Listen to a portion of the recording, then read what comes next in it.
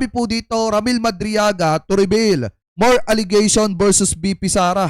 Ayon po sa kanyang legal counsel. Kasi ang nagsasalita na po dito yung mismong legal counsel na ni Madriaga at ikikwento po nila mga kababayan yung patungkol po talaga sa katotohanan at yung totoong pagbisita ni Sara Duterte dito po kay Madriaga. Kasi ito daw po ay kinumpirma nila. Ano po ito, i-play po natin. I-credit po natin ito sa DZMM Teleradyo. Na-i-refer na sa ombudsman at maraming mga earth-shaking allegations doon. Makakausap po natin ang kanyang legal counsel na si Attorney Raymond Palad para malaman kung ano pa ang pangyayari, ano ang pwede pang mangyari dito po sa affidavit na isinabmit ni Ramil Madriaga. Attorney Raymond Palad, magandang umaga po. Si Peter Atrica dito sa Balita Patan. Good morning po sa inyong dalawa at sa mga tagapakinig ninyo. Good morning, Attorney. Opo. Thank you so much. Opo, thank you for your time, sir. Let's talk about itong bombastic na sinabmit ni Ramil Madriaga. Opo, ito ay na-refer na sa ombudsman. Ano po? So, Opo, kahapon po. okay, essentially, ano po ang kine-claim? Ibig sabihin, yung sworn statement mga kababayan ni Madriaga ay nasa sa ombudsman na po. At nakakay Boying Remulla na lamang po kung paano po niya aaksyonan po yan. Ano po at kung paano niya iimbestigahan yung mga binanggit na yan, yung mga isiniwalat na yan ni Madriaga. Ano po, so ngayon ituloy pa natin. Ng inyong kliyenteng si Ginoong Ramil Madriaga sa kanyang affidavit? Well, ang pinaka mahalagang content niyan, it shows the pattern ng pick-up and delivery ng mga pera which he claimed to be coming from mostly sa Pogo connected people, mga Chinese. Meron din siyang binanggit na at one time, inantay niya yung pera sa paligid ng Ultra doon sa area ng DepEd at nakita niya yung dalawang DepEd vehicles na may 4 na duffel bag ng pera na inutos sa kanya, i-deliver niya sa iba't ibang location. So, connected din yung kanyang statement doon sa magnetic clipper na matagal nang iniimbestigahan kung sino yung mga nasa likod nito. Saka mga kababayan, dapat yung mga pinagdeliveran din ng pera, katulad doon sa ombudsman, dapat maimbestigahan din yung mga taong pinangalanan ni Madriaga. Para na sa ganun, malaman natin doon sa mga tao na yon na pinangalanan ni Madriaga kung may mas nakinabang pa ba. Kasi baka mamaya, sabihin nung tao na pinangalanan ni Madriaga na hindi naman sa amin talaga dumiretso yung pera Kami lang yung pumake up. Pero yan ay idiniretso namin doon sa talagang ombudsman. Yung pinaka-leader, chairman, dyan sa ombudsman. And other matters na siya lang talaga ang nakakalam. Diba mga kababayan, baka malay nyo si Tuesday pala yung nakinabang. Because of his dealing dito sa Magamang Duterte po. At from a historical standpoint, si Ginoong Madriaga po ay dating aide ni Davao City Mayor at ngayon ay Vice President Sara Duterte ng ilang taon po? Ang base sa interview ko sa kanya, sabi David niya, nagsimula niya makilala si then Mayor Sara around 2018. But we never use actually yung word na aide. No? It's more on kung titingnan natin parang trusted, confidante, na later on nga because of this bombshell, tinatawag na siyang bagman. Pero never po siyang naging employee sa payroll. We never mentioned him as talagang close in security. Baka mga kababayan, eto na. Baka yung tinutukoy na si Kokoy Villamin, ano po, yung hinihinala na kasabwat ni Mary Grace Piatos, baka eto nang si Madriaga. Baka siya na po yung tinutukoy na Kokoy Villamin na di umano bagman nito pong si Sara at tagapamudmod, tagahati-hati nung pera dun po sa ibang mga kaalyado nitong si Sara Duterte. Anyway, tuloy pa po natin. Hindi po ganun yung pagkakadiskarte niya doon sa trabaho. Kailan po siya nawala sa employment o yung pagtatrabaho under VP Sara? Around 2023 po, nung magsimula na siyang atakihin at siraan daw sa programa ni Atty. Harry Roque dahil nga nagsimula na yung demanda ng mga land, yung mga farmers dun sa Bataan, sinamahan ni Ramil na magsampa ng kaso sa ombudsman against Atty. Roque for falsification and Anti-Graft and Corrupt Practices Act. Doon na nagsimula yung dumistansya na siya kay VP Sara dahil nga dinidemanda na siya mismo ng former presidential spokesperson na si Atty. Roque. Doon na lumamig yung kanilang samahan. Totally kumalas na siya ron nung time na yun. Opo. Attorney, napakadaming bombshell ng itong affidavit ni Ramil Madriaga. Wala pa po ba siyang natatanggap na threat to his security and life? Based on our discussion on December 8, wala naman po. Sabi niya nga, doon sa may BJNPO kasi, magkakasama sila ng co-accused niya sa isang selda. So sabi niya, attorney, ang worry ko lang pag biniyak or in-split yung grupo namin, doon ako kakabahan. Pero as long as magkakasama sila ng co-accused niya, safe naman po siya. Kasi mga co-accused niya po, kapwa niya rin iglesia daw po. So secure naman po siya. At hindi naman po siya basta inaharap ng BJM. Iglesia ni Cristo pala mga kababayan. Ito pong si Madriaga. Anyway, tuloy pa natin. Kung hindi niya approvean kung sino yung bisita niya po. So nasa kustodiya na po siya ng BJMP? Matagal na po. po, nung ano siya, nung because of the kidnapping case niya noong 2023 po. Oh, yun pala. And yung kidnapping po, what does that involve po? Sino nagsampa? Ano yung aligasyon? Nagtatrabaho po siya at sideline work po bilang private security ng isang pamilya which he claimed to be Pogo engaged din yung mag-asawa.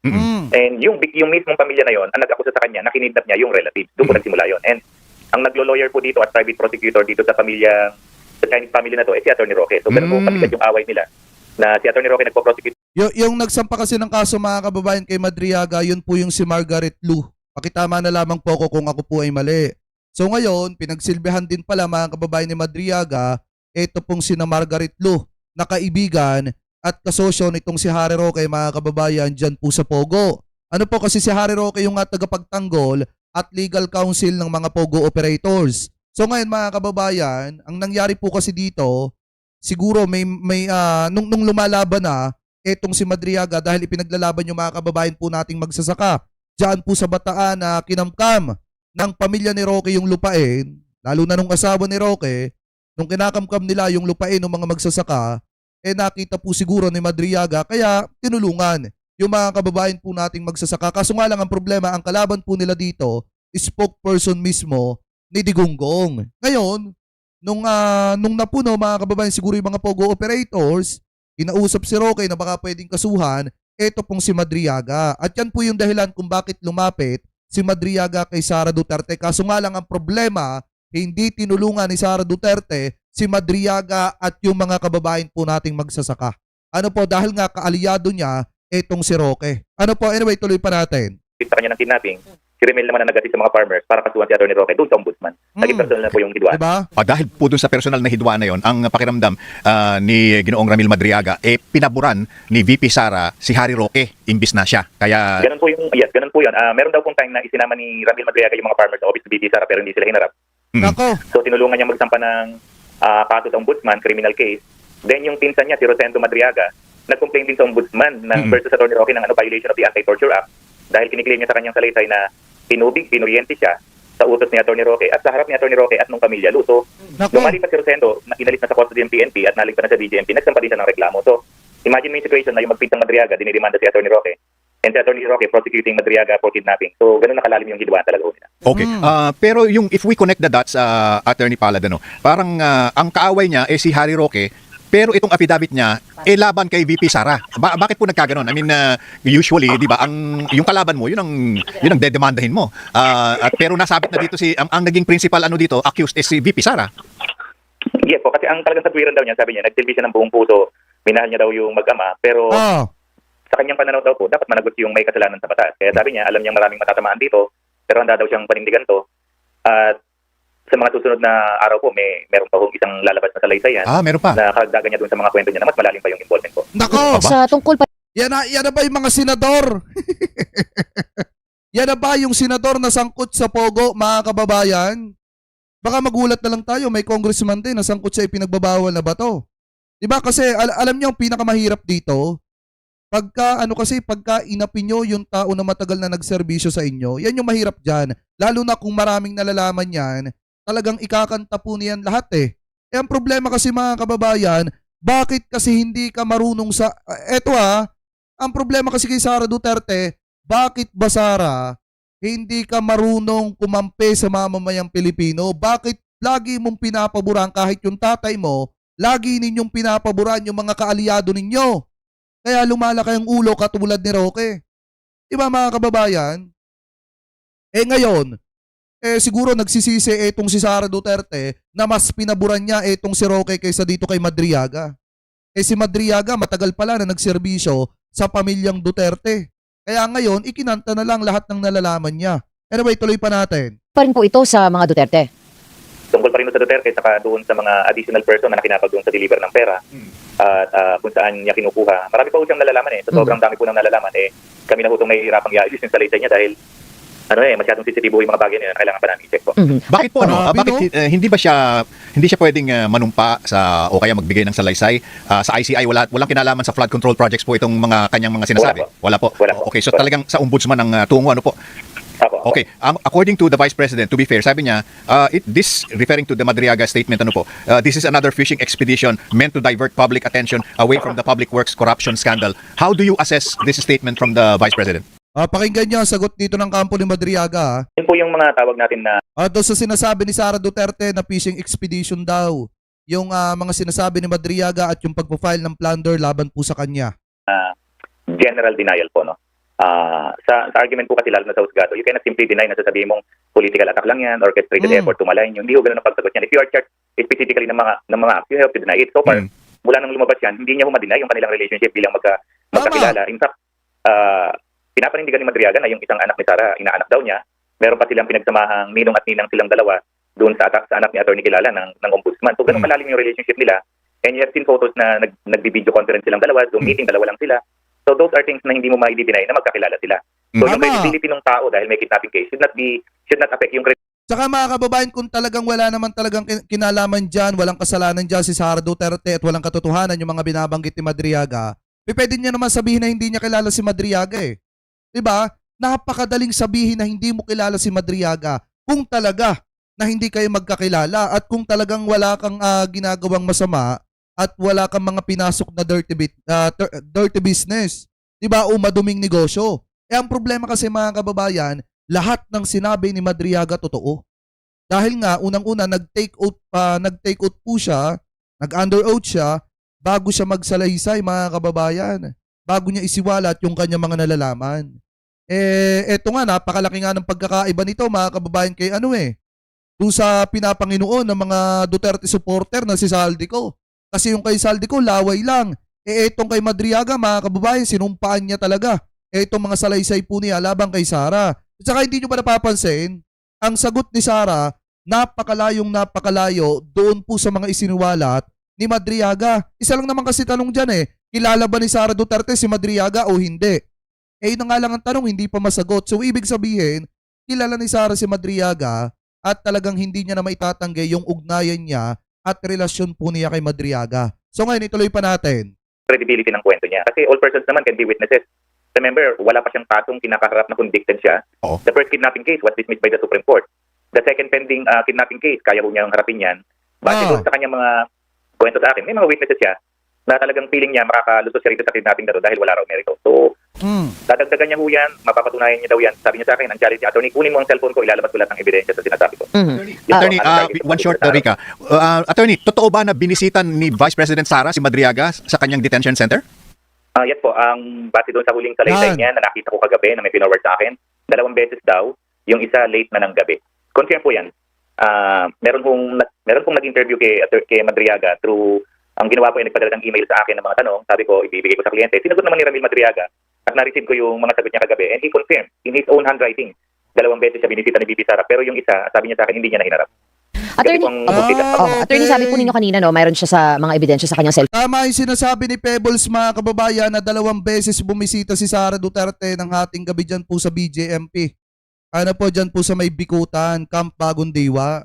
Po sa may Tagig. So ngayon mga kababayan, ang matindi kasi dito, nung una hinarap niya si Sara pero sa pangalawa hindi na po. So ganun po kahalaga si Madriaga kay Sara Duterte at ganun kadeterminado si Sara na wag pagsalitain. Ito pong si Madriaga para po maprotektahan yung kanyang political career. Ngayon, wala na naisiwalat na, nalaman na ng taong bayan. Sa tingin nyo, mananalo pa ba yun si Sara? Yung mga DD-shit na tulog pa hanggang ngayon. Sa tingin nyo, mananalo pa ba yan? Malulusutan pa ba niya ito? Napakatindi ng aligasyon sa kanya ni Madriaga. Anyway, tuloy pa natin. Cellphone. Nakita niyo na po ba ang mga ito at sa tingin niyo po ba ay admissible ito sa korte? Dahil ang dami po ng mga aligasyon niya from drug war to pogo involvement to drug cases. Tingin po ninyo ay papasa yung kanyang mga hawak na ebidensya? Basta makuha namin yung cellphone at ma-forensic examination po. Admissible po sa korte yan. Pero tayong tinatawag na electronic evidence na once na ipresenta sa court at magtistigo po yung agency na nag-conduct ng forensic examination, tinatanggap po sa korte yung laman ng mga tinatawag namin electronic evidence, yung mga call logs, mga text messages, mga photos. Kahit kung i-delete natin sa phone natin ngayon yung ating text o yung mga pictures, pag pinorensic po yan, mariretrieve po yan. Alright, sige po. Maraming salamat, attorney, sa inyong panahon at makikibalita po kami pag nagkaroon po ng bagong update dito. Thank you, Peter and Ms. Rica. Salamat po. Thank you so much. Si Attorney Raymond Palad po ang legal counsel ni. So yan, walang kawala dito mga kababayan si Sara Duterte. Hindi niya na matatakasan to.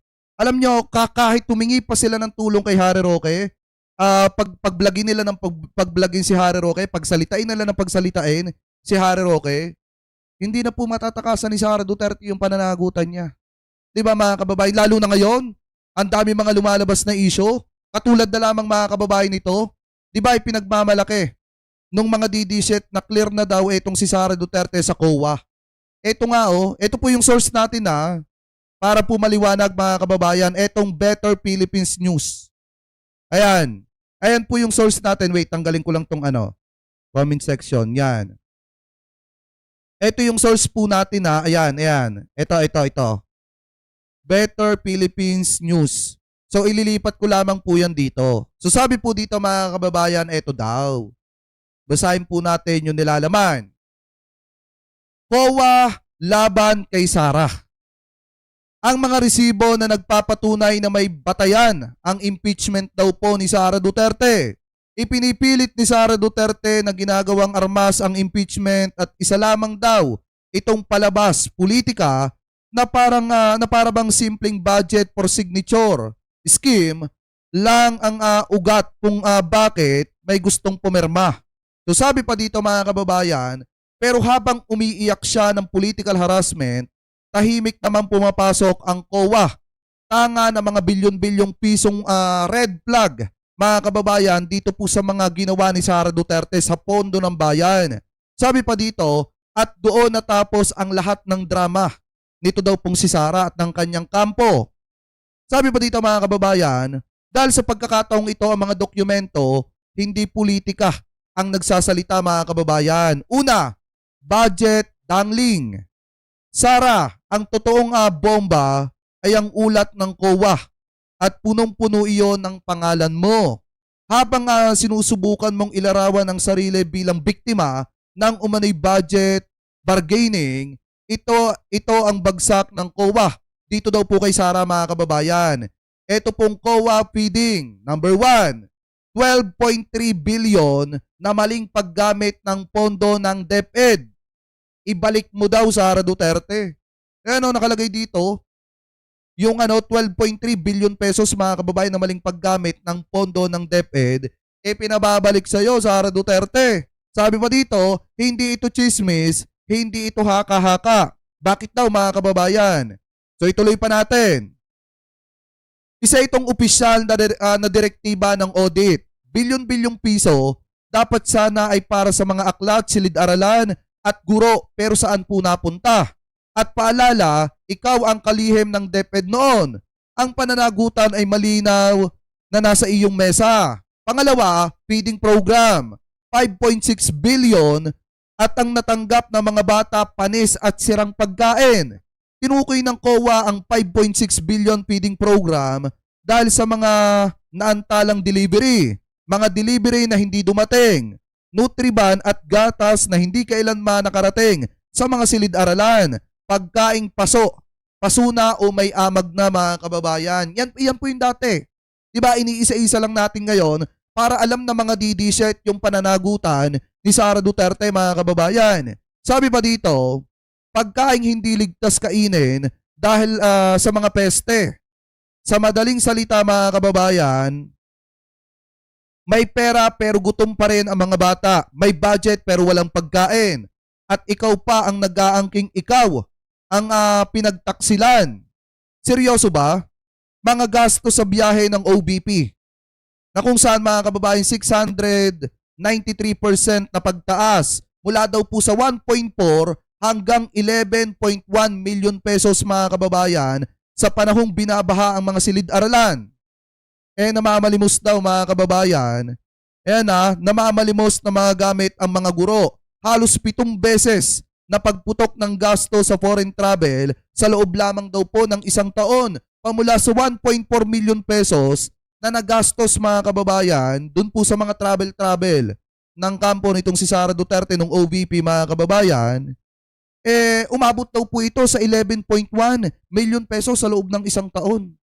Diba? Ibig sabihin, talagang napakatindi yung pagtaas mga kababayan. Diba ito dapat kini-question din po ito. Sabi pa dito, bumabagsak ang feeding programs pero ang biyahe todo lipad. Biruin nyo, tinipid yung pagkain ng mga bata, late yung mga deliveries at hindi na po napakinabangan yung mga pagkain na dapat po napapakinabangan po ng mga estudyante mag-aaral sa panahon po ni Sara Duterte. Ito pa yung pinakamalupit mga kababayan. Sabi dito, ulitin mo nga paano naging prinsipyo, hindi presyo ito. Pang-apat daw mga kababayan, iniwan ni Sara ang DepEd na may 12 billion sa disallowance, suspension at charges. Hindi nagpaligoy-ligoy ang Philippine Star. Iniwan ni Sara ang DepEd na may 12 billion na disallowance mga kababayan. Hindi po ito milyon. Billion po yung pinag-uusapan po natin. Ang ganito kalaking disallowance ay hindi bunga ng simpleng clerical error. Ito ay bunga ng sistematikong maling pamamahala o mas masahol pa sa sistematikong maling paggamit. Pero, sige mga kababayan, isa sa Kongreso, panglima, confidential funds ng OBP. Yung kanya pong confidential funds mga kababayan, yung CIF, yung confidential funds, intelligence funds, umabot po ng 500 million pesos mga kababayan. At yung meron pang ang issue mga kababayan na 237 ang na parang inubos lamang mga kababayan ng ganong kasimple. Sabi pa nga dito, 500 million CIF, 237 million ang may issue ng 7 buwan mga kababayan. Ayon po sa COA, halos kalahating bilyong piso ng confidential funds ang ginastos sa record bills. At ayon pa po dito mga kababayan, at halos 237 million doon ay kaduda-dudang paggamit. Di ba ibig sabihin pag kaduda-dudang paggamit, mali yung paggamit or di kaya naman hindi alam kung saan po ginamit, baka ibinulsa na. Yan po yung sabi dito So baka ibinulsa na. Kaya naging kaduda-duda yung paggamit ng pera ng mamamayang Pilipino. So sabi pa dito, hindi ito aksidente. Isa itong pattern. Hindi political attack, hindi budget trick. At yung pang-anim daw mga kababayan, eto na. Ito ang dahilan kung bakit may impeachment. Malinaw ang saligang batas. Maaaring tanggalin sa pwesto mga opisyal ng bayan dahil sa culpable violation of the Constitution o betrayal of public trust. Kaya balikan natin, 12.3 billion maling paggamit ng pondo, 12 billion disallowance, 5.6 billion anomalya sa feeding program, 11.1 million luho sa biyahe ni Sara Duterte nung siya pa po ang sekretary ng DepEd. Biruin nyo yung 11.1 million pesos, yan po ay luho sa biyahe sa loob ng isang taon. Di umano. Sabi pa dito, 500 million confidential funds na naubos sa loob ng ilang buwan. 7 buwan mga kababayan. 237 million kaduda-dudang CIF na ginamit mga kababayan at hindi alam kung saan po ginamit. Sabihin mo nga, eto tanong kay Sara Duterte, hindi ba ito pagtataksil sa tiwala ng publiko? Hindi ba sapat? Ito ay patuloy para ituloy ang impeachment mga kababayan laban po kay Sara Duterte. Hindi mo kailangan ng budget dangling para maghain ng impeachment. COA lang ang kailangan mga kababayan at masasagot na po lahat ng ipinagmamayabang ng mga taga-suporta ni Sara Duterte. Sabi pa nga dito, at naghatid ang COA ng konklusyon mga kababayan. Sa huli, hindi na ito usaping pampolitika. Hindi na ito tungkol sa Kongreso, budget dangling o kung sino man ang nag-leak kanino. Ito ay tungkol sa isang pangalawang pangulo na humawak ng bilyon-bilyong piso na pera ng bayan at nag-iwan ng bakas ng red flag mga kababayan na tila kailangan na ng COA ng salamin sa sobrang liwanag mga kababayan. Sabi pa dito, kapag 12.3 billion ang maling paggamit, 12 billion pa ang disallowance, mga bata na kumain ng panis na pagkain, 693% ang itinaas ng gasto sa biyahe, 500 million ang confidential funds na mas mabilis pang naubos kaysa sa pagtatayo ng silid-aralan at halos kalahati nito ay kaduda-dudang ginamit mga kababayan.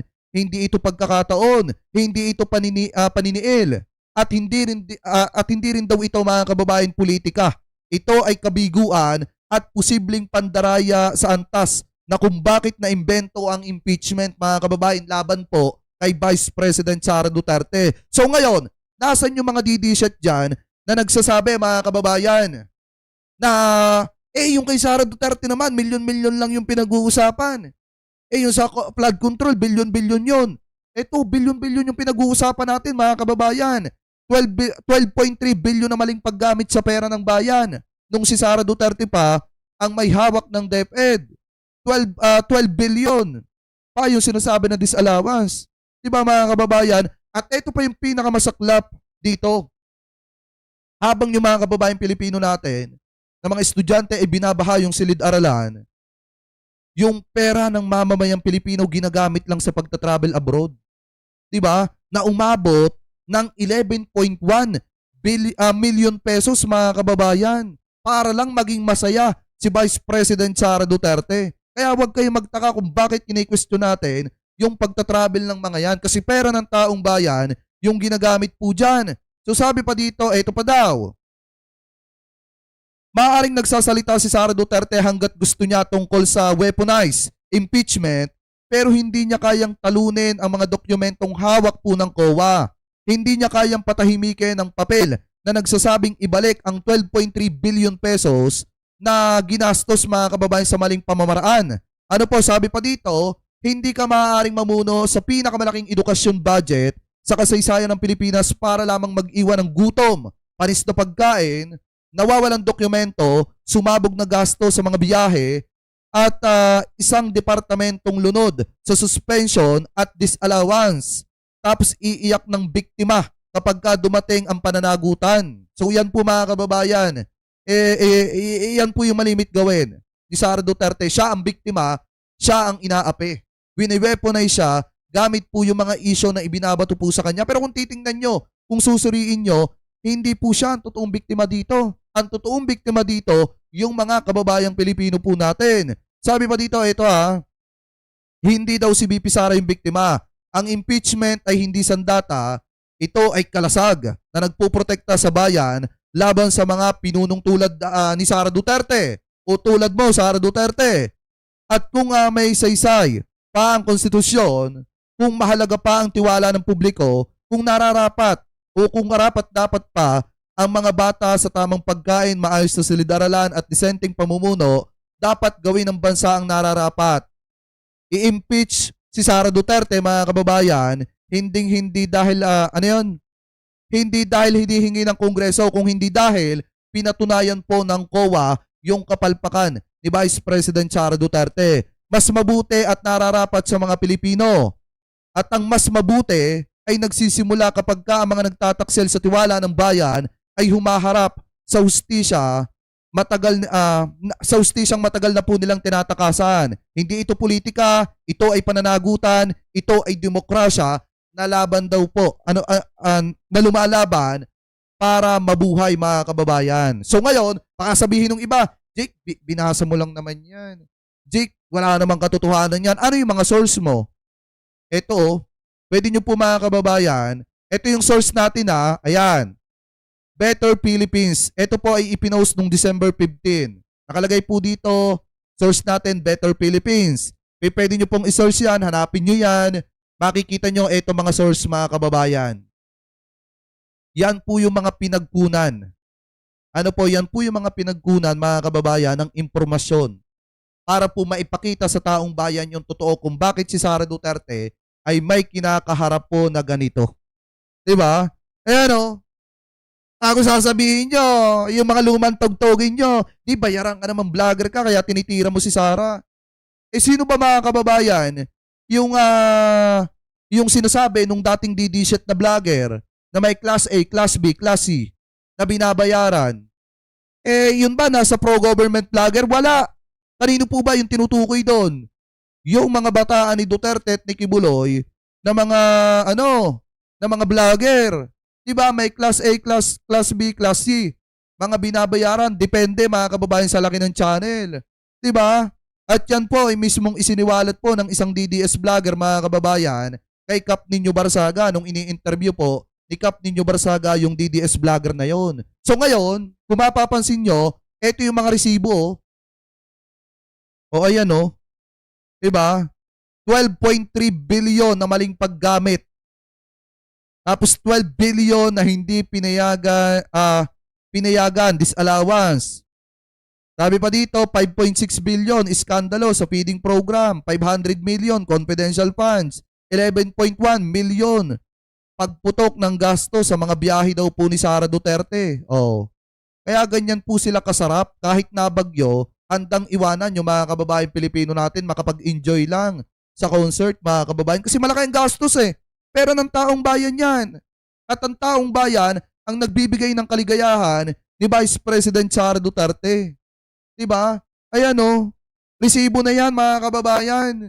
Hindi po fake news yan. Ayan o, wait lang. Click tayo ng isang link para makita ninyo. Oh. Ayan o. Ayan o. Ayan o. Ayan o. Resibo na yan. Galing po sa Inquirer.net. Ayan yung source natin, mga kababayan, para makita nyo lang. Kasi baka sabihin ng iba, fake news po yung mga pinagsama-samang source dito. Wait lang ha. Pakita ko yung source. Ayan. Ayan o. Inquirer.net yan, mga kababayan. Hindi po fake news yan. Nakalagay pa nga dito, COA to DepEd, return, pinababalik daw.